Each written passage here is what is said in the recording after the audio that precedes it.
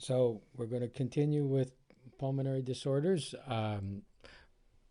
Pulmonary hypertension.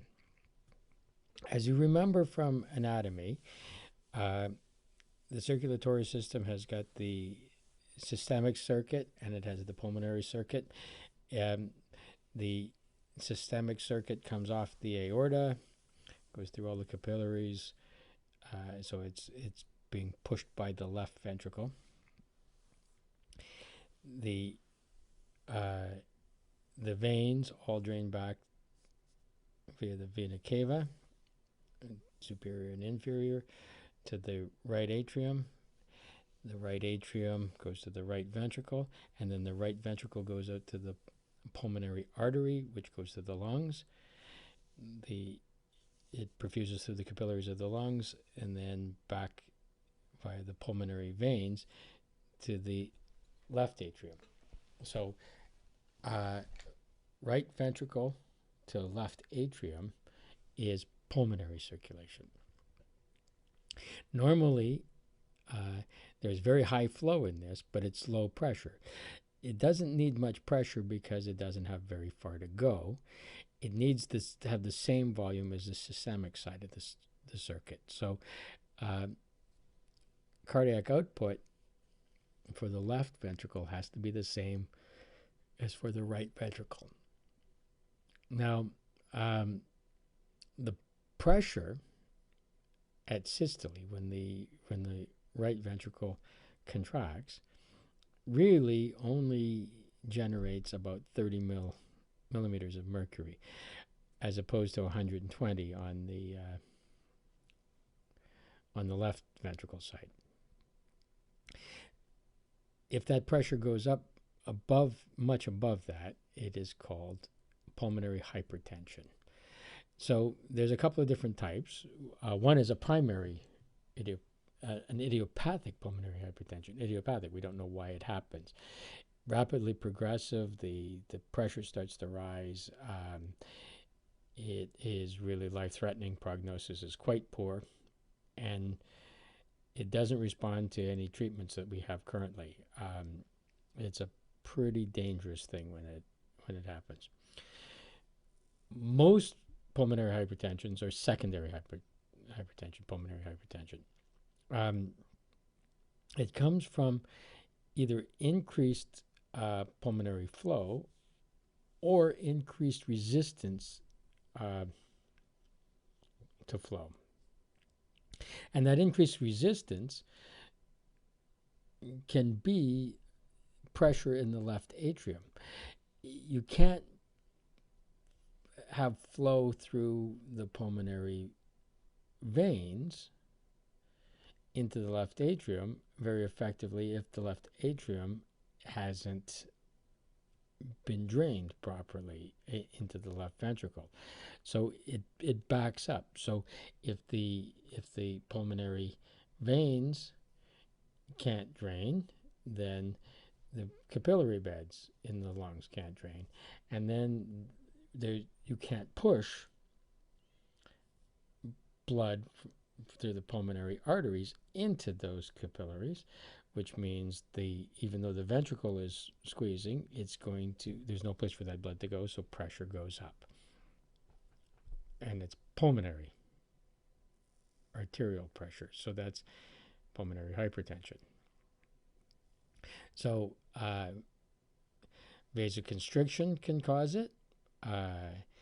Obstructions, tumors, things like that, anything that can obstruct it will cause it.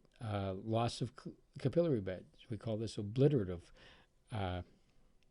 conditions.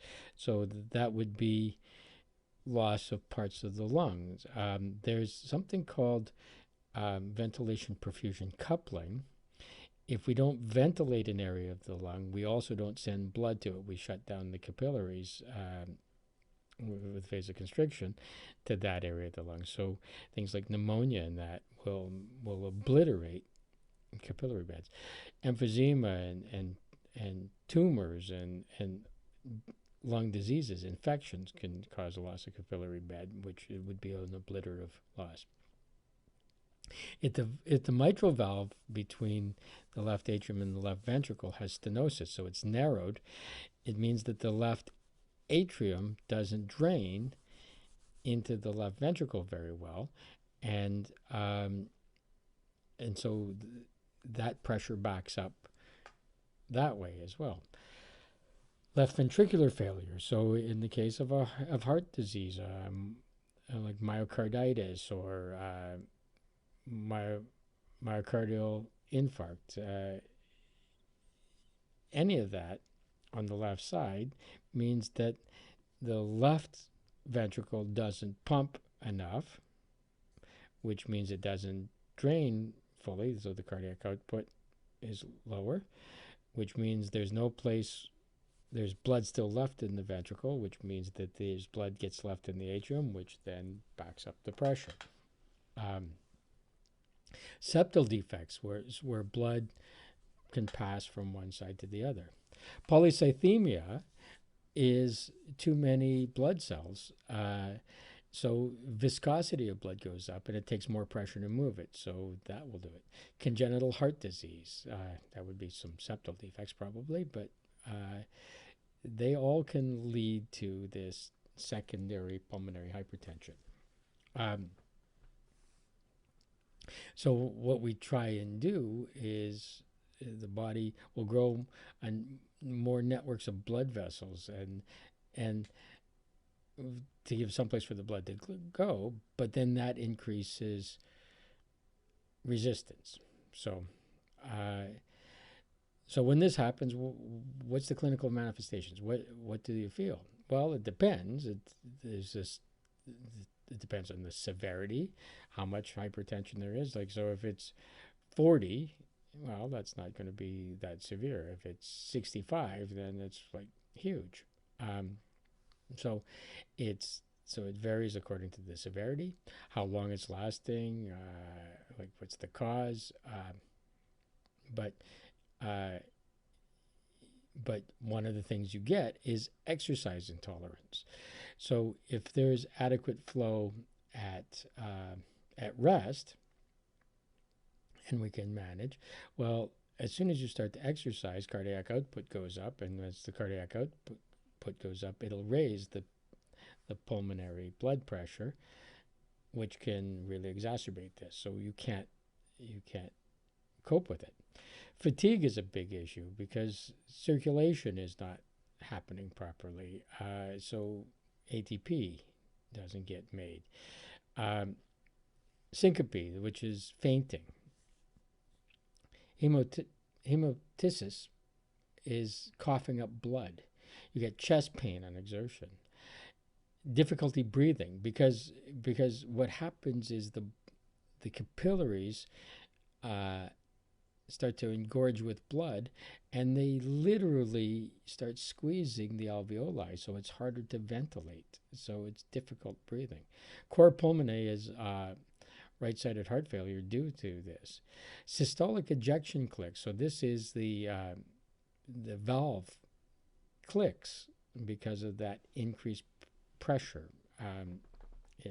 It snaps instead of opening smoothly. So those are the sorts of things that you will see in this pulmonary hypertension.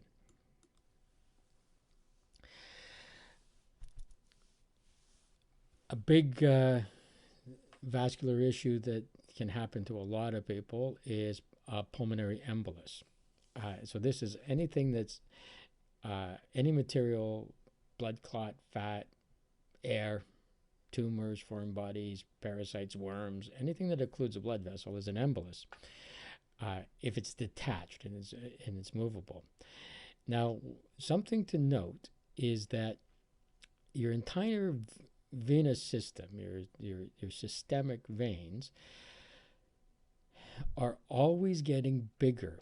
We go from small venules to the largest, which is the vena cava.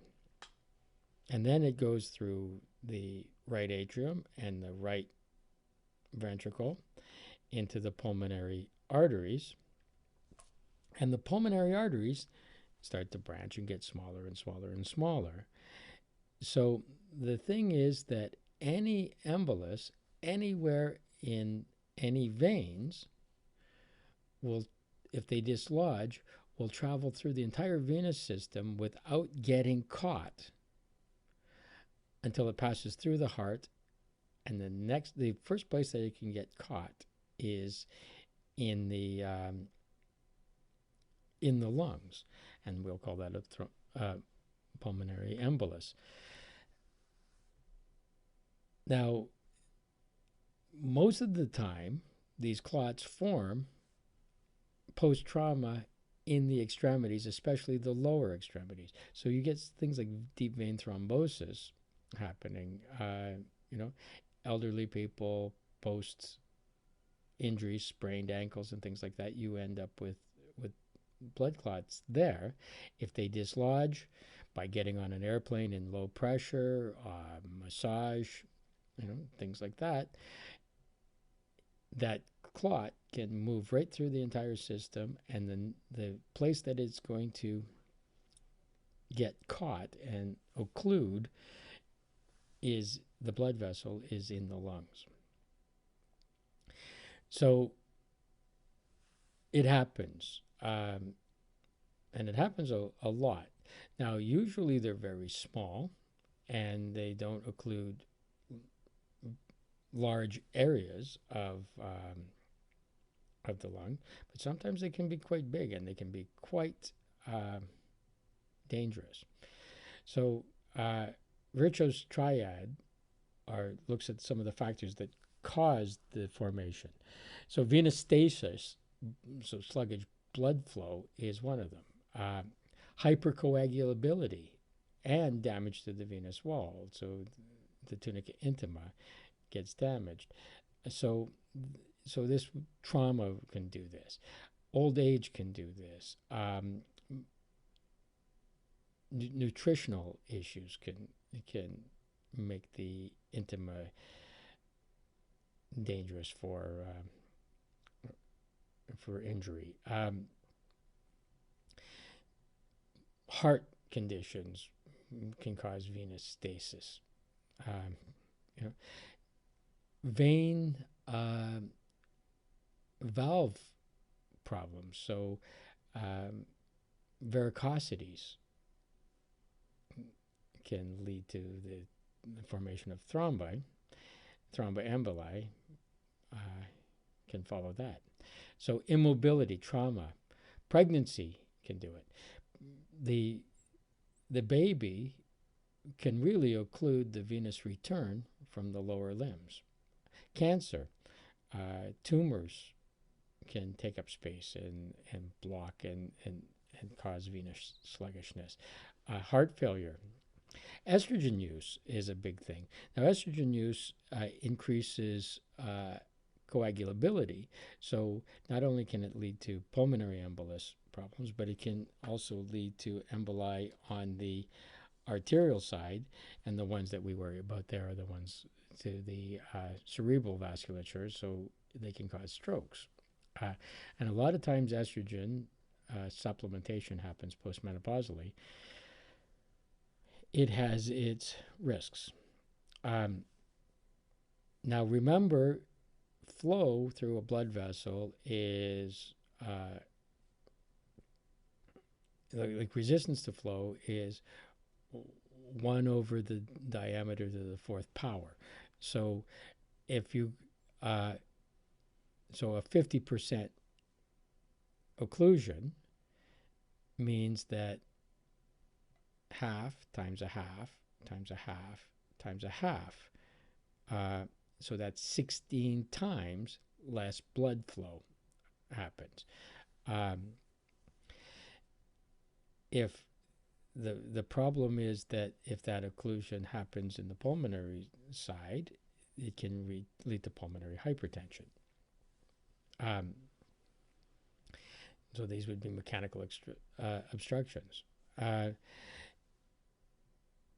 This is a threatening situation, so you get sympathetic stimulation, which then will exacerbate it. Now, infarction is when there is tissue damage because of a lack of oxygen, and this can happen. It doesn't happen in all the cases, only about 10 to 15%, but really can be dangerous. So the manifestations really depends on the size of the thrombus. So if the thrombus is big, then it will occlude arteries that feed a whole large area of the lungs. If they're small, it'll be smaller and smaller bits of the lungs. So a large one is far more dangerous. The manifestations are restlessness, apprehension, anxiety, because something's wrong.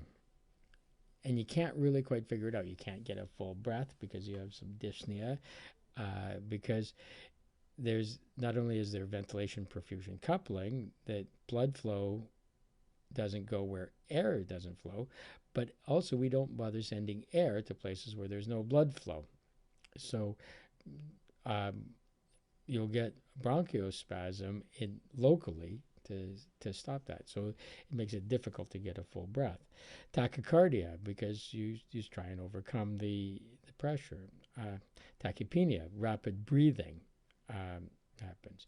Chest pain on inspiration, if you, especially if it's larger, because you try and force air into the areas, and as you inspire, more blood has to come, and so it's kind of a double-edged sword there. Coughing up blood can happen because of the hypertension. Really important topic is obstructive disorders. A lot of people have obstructive disorders of their lungs. It's a very common problem, especially in the elderly. So there's different types of obstructions. There's obstructions from conditions of the wall of the lumen. There's obstructions because something is pushing on the outside of the airway. Or there's obstruction because something is stuck in the lumen. So obstruction of the lumen itself. So the walls could maybe decrease the size of the lumen. A tumor or something can push on the outside of the bronchi and squeeze it shut. It's like stepping on a hose. Or obstruction of the lumen itself, where mucus or something is built up and caught in there. So when we talk about the ones of the walls of the lumen, a common one is asthma. And asthma happens because of a hyperreactivity of the smooth muscles of the walls of the bronchi, and or inflammation. It's usually a combination of both. It's a reversible obstruction.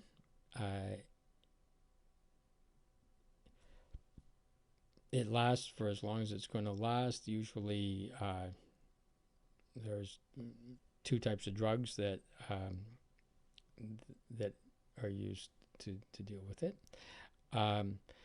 What it really has to do is increased responsiveness to a stimuli of the airways.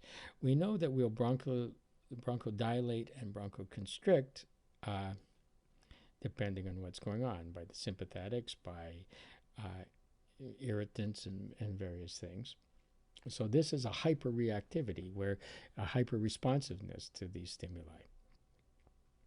It's a common disease in children. It's probably one of the most common chronic conditions of children. It seems to happen in inner cities. African Americans, premature children often suffer from it. You can imagine that babies in the womb don't breathe, so lungs are the last thing to develop. If the baby is born prematurely, then the lungs haven't fully developed and can often have chronic issues. There seems to be a hereditary disposition. Allergies are big. So allergens, various allergic sort of reactions, things like eczema, and it runs in families, those sorts of things. What happens in asthma is that something irritates. It may be extrinsic, that's the most common. So these would be allergic, where you end up with two phases. The irritant, the allergen, causes an immediate phase where you end up releasing mediators like histamine, prostaglandins, that kind of thing, and that causes at first a bronchial constriction, followed up by inflammation. So that's what the two puffers are for. One's an anti-inflammatory, that's the long-lasting one, and the other one is a bronchodilator to counteract the smooth muscle mechanisms of it.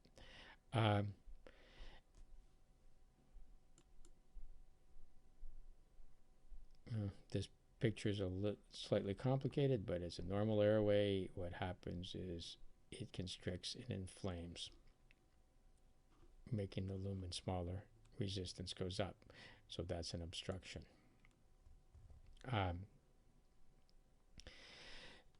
So you get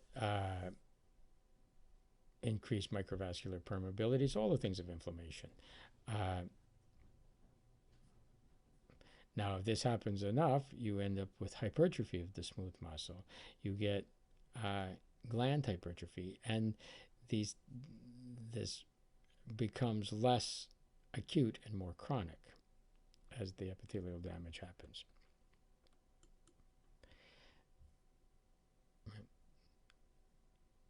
The inflammation leads to changes in the walls. Now, interestingly enough, inspiration is an active process. Expiration is passive. Usually with obstructive things, like especially things like asthma, you can increase the force with which you inspire, and you can get air into the lungs. But you can't get it out so efficiently. So what ends up happening is your tidal volume moves more and more into the inspiratory reserve, and the residual volume, the functional residual volume of the lungs, starts to increase. And so that you have less and less inspiratory reserve and more functional residual, until it becomes more and more difficult to breathe in because you have no more inspiratory reserve. So you get a wheezing, a tightness in the chest because the lungs are filling up, difficulty breathing. Often the ways that you try and get it out is cough, right? Sometimes the inflammation causes more sputum, so you'll be coughing up sputum.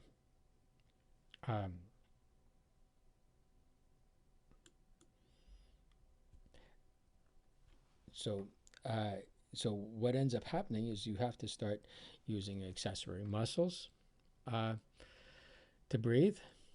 So your intercostal muscles are working harder. It's better if you stand up. It's harder to breathe laying down. People get very agitated, start breathing very quickly. Heart rates go up. Those are the clinical manifestations.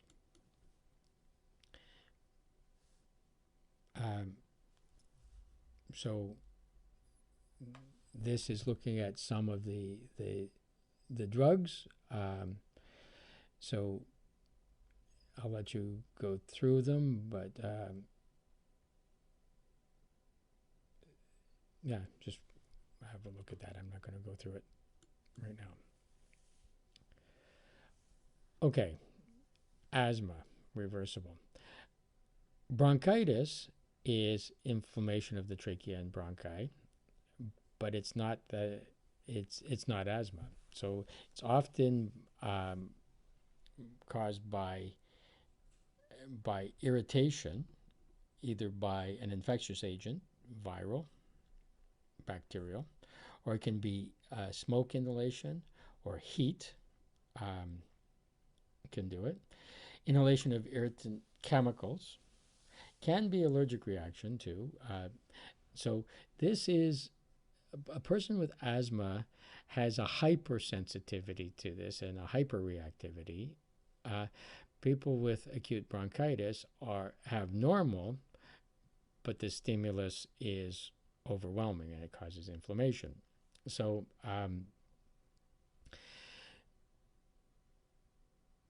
I went to high school in Sarnia, and one time when there was this big leak of chlorine gas, and a whole bunch of workers ended up breathing in the chlorine gas, which turns into hydrochloric acid and burns the bronchi of the lungs, and so they ended up with acute bronchitis. One of my best friend's fathers was hospitalized with this.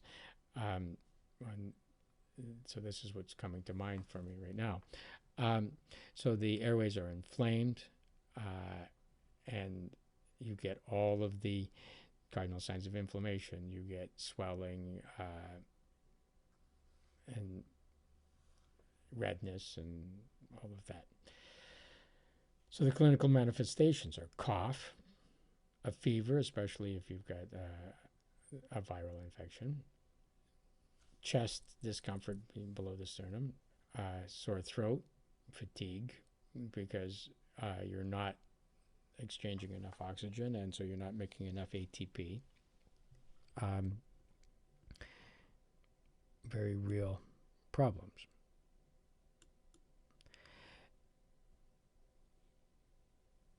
So this is a normal bronchial wall. There's mucus glands and an epithelium and connective tissue.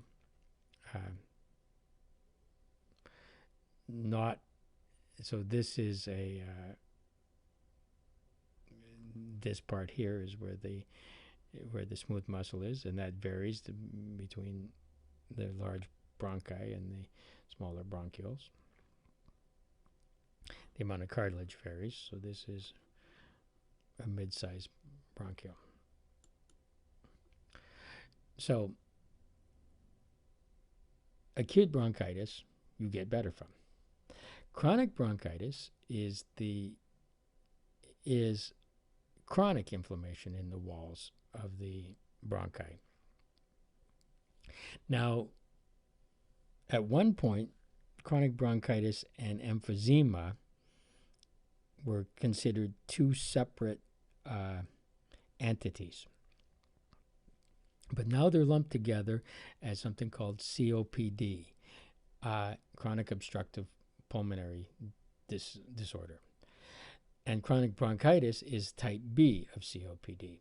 Now they're put together because it's very hard to have one without the other. What chronic bronchitis is a chronic productive cough. It's persistent, it's irreversible. The best you can hope for with treatment is to slow it down. It happens in middle-aged men, especially heavy middle-aged men, more often than women or younger people. It's commonly associated with emphysema. We call these type of people blue bloaters, and that's because they're not getting enough air in or out of the lungs, so they tend to be hypoxic and they tend to be edematous. so blue bloaters. These come from repeated infections. Cigarette smoking is the biggest one. Genetic predispositions or inhalation of irritants, dust, mold, bird droppings that can cause chronic inflammation. People that work with pigeons or chickens, that kind of thing, can end up with this. Usually it's cigarette smoking, though, which is typically why it's older guys. 30 years ago or 40 years ago, it was probably a 2 to 1 ratio of men smoking to women smoking. So that's probably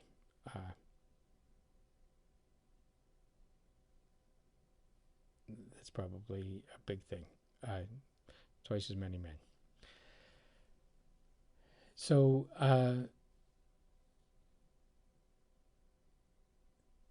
chronic bronchitis, we see it all the time. It's a very, very, very common problem. I mean, you don't have to walk very far in the mall to be able to pick out a blue bloater.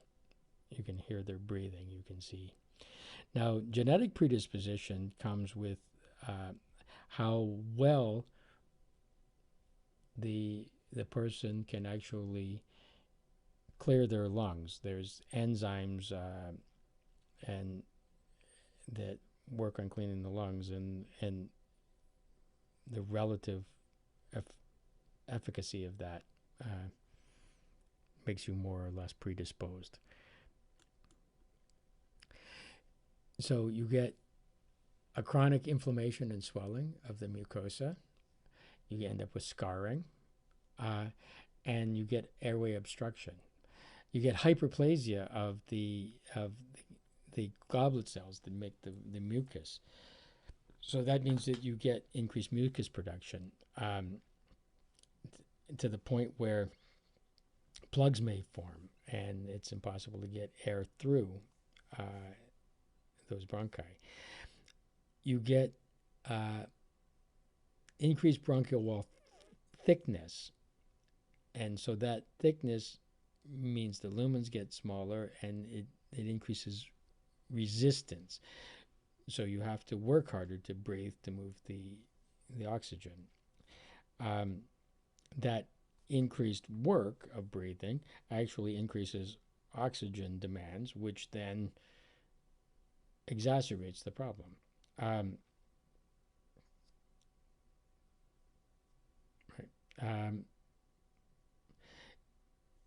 People often end up with pulmonary hypertension because of this, because of ventilation perfusion mismatches. We decrease the number of active capillaries beds, which then increases the resistance on the pulmonary arterial side and can lead to right-sided heart failure if it's bad enough. So it's linked to what we were talking about before with pulmonary hypertension. So some of the manifestations, it's difficult to exert. When you exert, you have trouble breathing. You're incapable of getting enough oxygen to meet the demands of exertion. And it gets to the point where people have to stop twice to walk out the front door to get to the car because they have to recover from that minimal amount of exertion. Excessive sputum, so they're coughing up sputum. Oftentimes you'll see people with this, and they carry paper towels or napkins and are coughing up a lot of sputum. Chronic coughs, usually in the morning, and then edema builds up, and it is systemic, and then cyanosis. So lips go blue, fingernails go blue. I mean, it's got to be pretty bad to get to that point, but that's why we call them blue bloaters. So this is what they look like. I mean, when you look at this guy here, you can see that it's pretty typical. You've seen that look before. Excessive body fluids, shortness of breath. So that difficulty breathing is an exertion. They have to stop, so they'll walk a few steps and stop with the shortness of breath.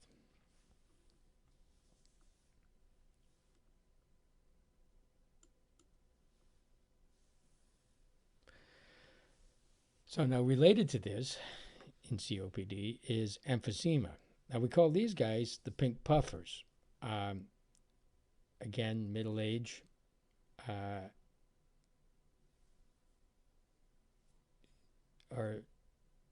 Are not so common. It comes later. It's usually over 50 years of age, so it's my peers, not your peers. It takes time to develop, so that's why you see it. The biggest etiology of it is smoking, and the smoking causes alveolar damage and causes inflammation, which it releases proteolytic enzymes and antitrypsin. So lung parenchyma, the structure of the lungs, are not protected. Pollution is a big thing. Occupational things, so guys that weld or work in mines breathe a lot of dust. Even people that sweep parking lots and anybody that works in dusty places can do this, can get this. But there has to be also a genetic component. My uncle smoked 2 packs of filterless cigarettes a day, worked as a welder in an asbestos mine, and he didn't get emphysema. My father-in-law had terrible emphysema. Now, he was a smoker, but that was it. He was a salesman. He didn't work near asbestos or dusty places. So it really depends on these enzymes and such, and how the body reacts to these irritants. And that has a genetic component to it. So what happens here is there's a release of proteolytic enzymes due to the inflammation. And the inflammation is a repetitive inflammation from cigarette smoke or dust or whatever the irritant is.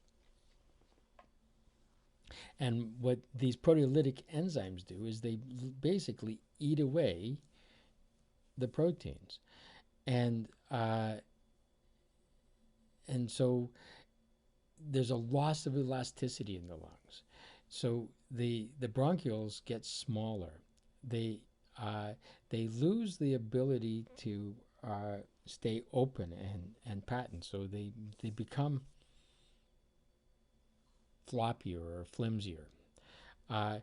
This leads to a decrease of oxygen CO2 exchange. It becomes impaired, and capillary beds kind of start disappearing. The clinical manifestations of this is that you get this exertional difficulty breathing, and it's progressive. So you get this shortness of breath. They tend to be really thin because they use a lot of muscles to increase tidal volume, and because they use a lot of accessory muscles to breathe. They breathe through pursed lips because that creates a back pressure and allows them to breathe more easily. They don't usually cough unless there's some chronic bronchitis comes in. Now, emphysema and chronic bronchitis often appear together, but the point is that it is progressive. It's not reversible. All you can do is slow the rate of progression. So we got a genetic predisposition. We inhale irritants, air pollution, that kind of thing. We have a problem with anti-elastase, so we break down the elastic tissue and the collagen, and the parenchyma of the alveoli just start to break down. Walls of the bronchioles get thinner, right? So that we end up with this. The alveoli blow up like balloons. The walls of the bronchioles get thinner. Mucus is harder to move. So these people often get barrel-chested, and they puff. So you've seen these guys. There's the little thin-armed, thin-legged, barrel-chested guys, usually with a smoke in one hand and a draft in the other. There's this pursed lip breathing. Leaning forward helps breathe, so you do see them sitting in that lean forward posture a lot. When you get them in the hospital, they don't like to be laying flat on their back. They want the bed right up. They get clubbing of their fingertips, and that's due to anoxia. They have a lot of difficulty breathing, so shortness of breath, dyspnea on exertion.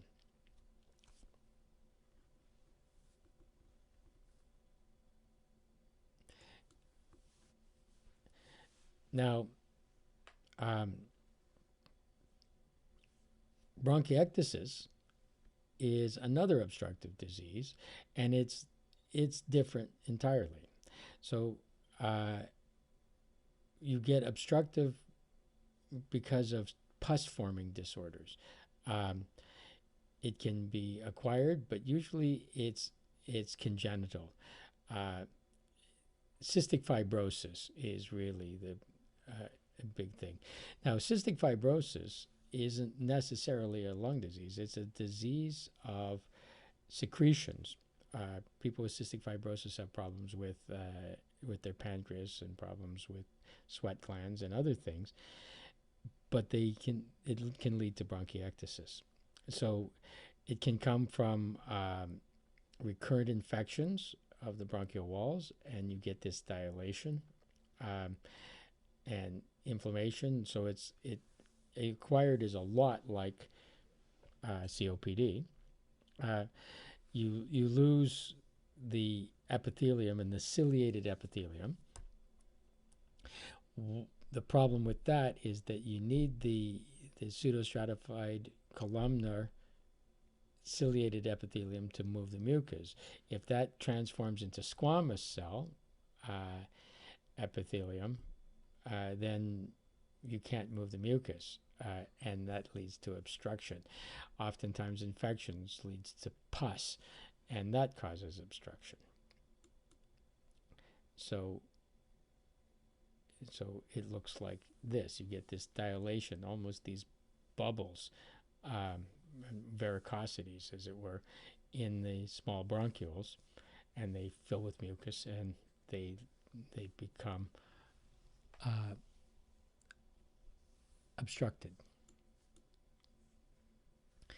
So what happens? the only way you can move the mucus is by coughing. So it's productive cough, and because oftentimes there's pus in it, it's purulent. It's foul smelling and it's green. You cough up blood because oftentimes the thinness in this varicosity means that blood vessels will leak into it. The fever, if it's infection, moist crackles, really bad breath because you're breathing this pussy air. Skin pallor because you're trying to pull blood away from the skin so that you have more oxygen in the blood going to organs, and you get this clubbing, which we've seen a number of times already, and it's from prolonged lack of oxygen, and you've got fibrous tissues in the area between the nail and the distal part of your digits. So like your the tips, and it rounds into a clubbed.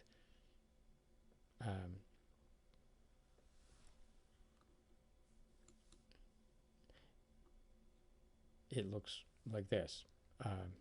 You can't put your nails together. This angle starts to change.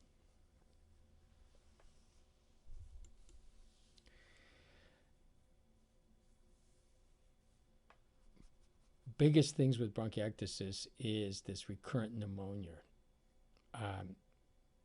and right-sided heart failure, because with a lack of ventilation, there's a lack of perfusion, and it backs up and you get pulmonary hypertension. The malnutrition and sometimes the lungs make it almost difficult to swallow, and people don't feel like eating.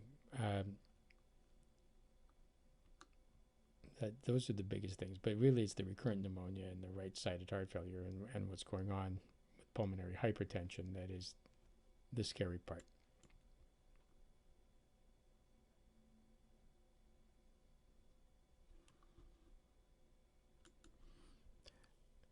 So bronchiolitis is inflammation due to infection.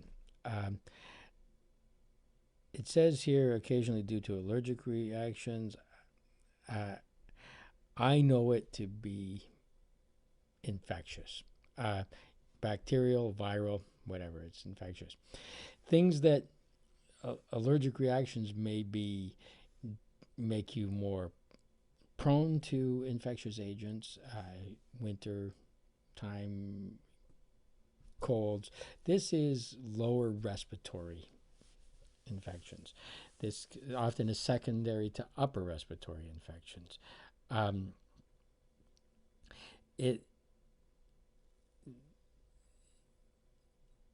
What can happen in your nose, for instance, in a rhinovirus, if that gets down into the epithelium of your bronchi, you can get necrosis of that bronchial epithelium, and you can get this really thick mucus and cause area obstruction. You can get atelectasis, which is partial collapse of certain areas of the lungs, because it can erode through, and air can pass right through the bronchi into the interstitium. You can often get air in on inhalation, but you have trouble getting air out. So what happens is you get hyperinflation of the lungs, and this is a very real problem, especially since you're sick while this is happening. So this is it almost seems like complications of the infection. So what causes it? It could be exudates, it could be inflammatory mediators and inflammation, metaplasia of goblet cells and increased mucus production. These things can happen, but it's infectious and it's widespread. If you have this in a small part of the lung, we don't tend to call it bronchiolitis. it would just be a localized infection. So it's got to be this kind of widespread. And the problem here is that the clinical manifestations look almost exactly the same as everything else we've looked at. The severity depends on what's going on. So it can be from mild all the way up to fatal and everything in between. You end up with bronchospasm, almost like an asthmatic sort of thing with crackles and decreased breath sound. Retractions in that the intercostal spaces will retract and dip in. Increased amounts of sputum, so you're coughing up sputum. Difficulty breathing. Rapid shallow breathing. It's infectious, so you tend to have low-grade fevers.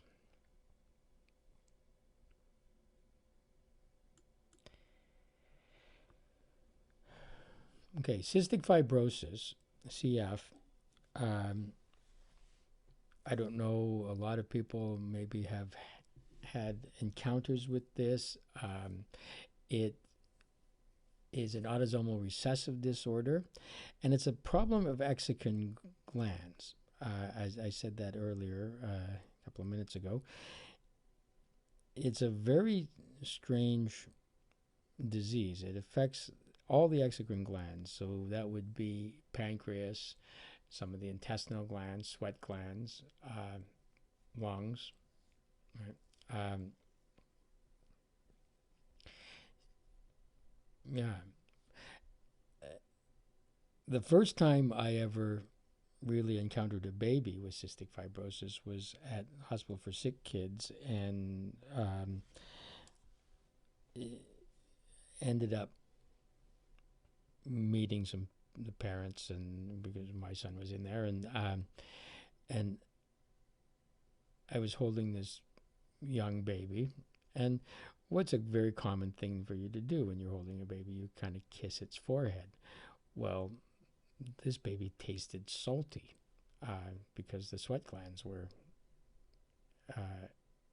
not working properly. It happens 1 in 2 or 3,000 births. So when you think about that, that's a fairly high rate. Autosomal recessive, that means both parents were carriers.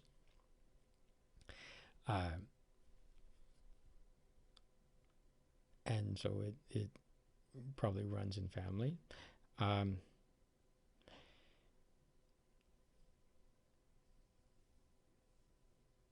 This greater than 18 years, 35%. Yeah, it varies. That's not a real good statistic. So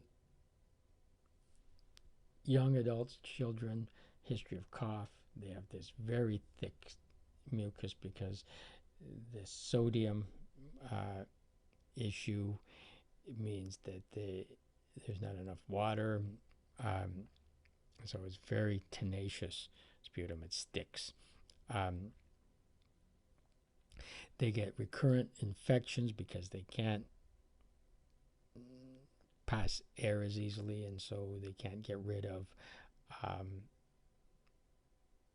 infectious organisms as easily. Recurrent bronchitis. They get digital clubbing, which we've already seen, dyspnea, tachypnea, so difficulty breathing and rapid shallow breathing, sternal retractions, unequal breath sounds because it'll happen more in one lung than the other, crackles, rhonchi, barrel chested, so you get hyperresonance to it. They work pretty hard to breathe, so they use up their fat. They have problems with pancreas, and so they have digestive issues. Oftentimes they don't digest fat very well, so they have fatty stools. Some anorexia. They decrease growth weights because a lot of it's just malnutrition. So it can be a nasty disease on more than just the lungs. But cystic fibrosis is commonly thought of as a lung disease because that's often the acute episodes that people with this chronic disease have. They have problems of bronchitis and things like that, infections and such. And it's often what takes them.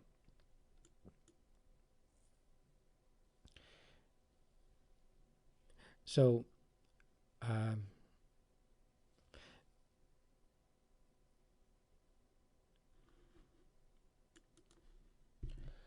so this is a table of some of the restrictive pulmonary disorders, table 23.1. And really you can break it out into problems of the lungs themselves, problems of the blood vessels, and problems of outside the lungs. So problems of the lung parenchyma, so this is problems of the lungs itself. We've talked about some of them we haven't yet. But neoplastic disease, so lung cancers, can restrict breathing. Pneumonia, viral, bacterial, fungal pneumonia, hypersensitivity pneumonias. So pneumonias is a buildup of fluid in the lungs, and so that restricts breathing. It restricts the amount of space, the active alveoli. Granulomatous disease, so this would be tuberculosis, cystoplasmosis, blastomycosis, sarcoidosis. So these are reactions where you end up with granular tissue. So this is chronic inflammatory tissue. Tuberculosis is caseous necrosis, and that's granuloma. So these are often from breathing molds and such that cause this chronic inflammatory tissue, granulomatous tissue, to form, which then restricts the space and restricts breathing. Occupational lung disease, things like silicosis from breathing silica dust in hard rock miners, anthracosis from breathing coal dust in coal miners, breathing diesel fumes would be an occupational lung disease.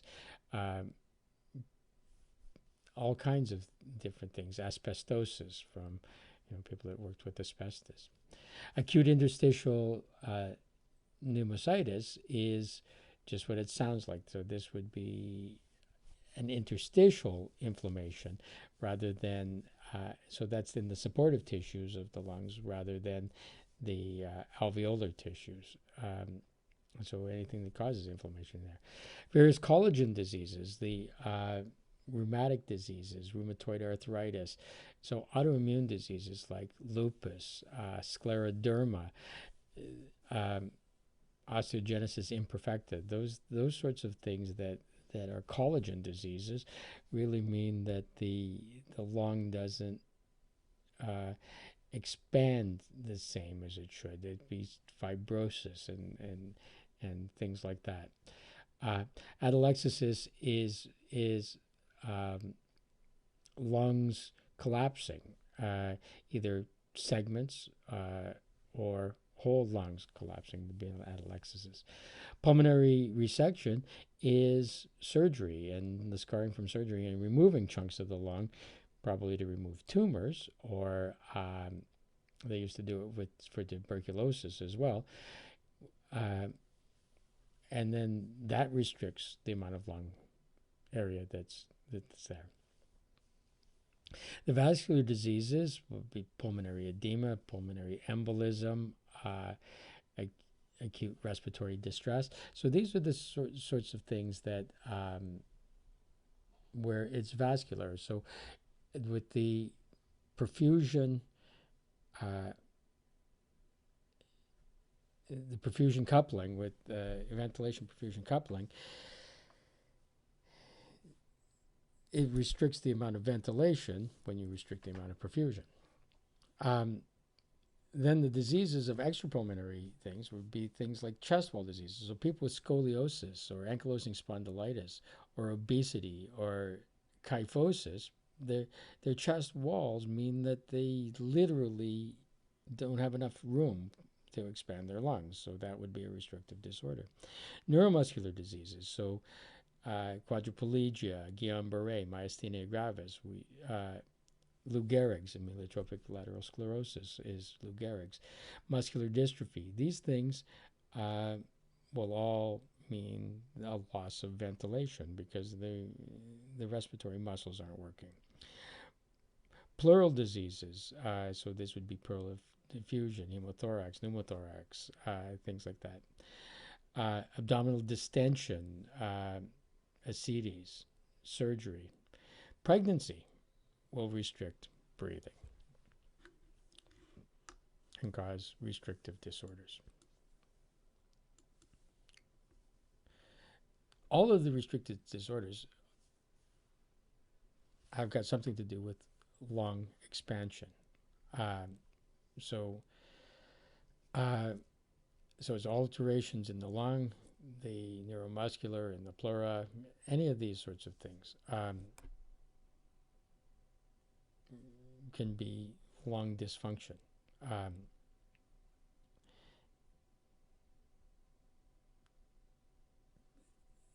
The characteristics depend on how much decrease in volume.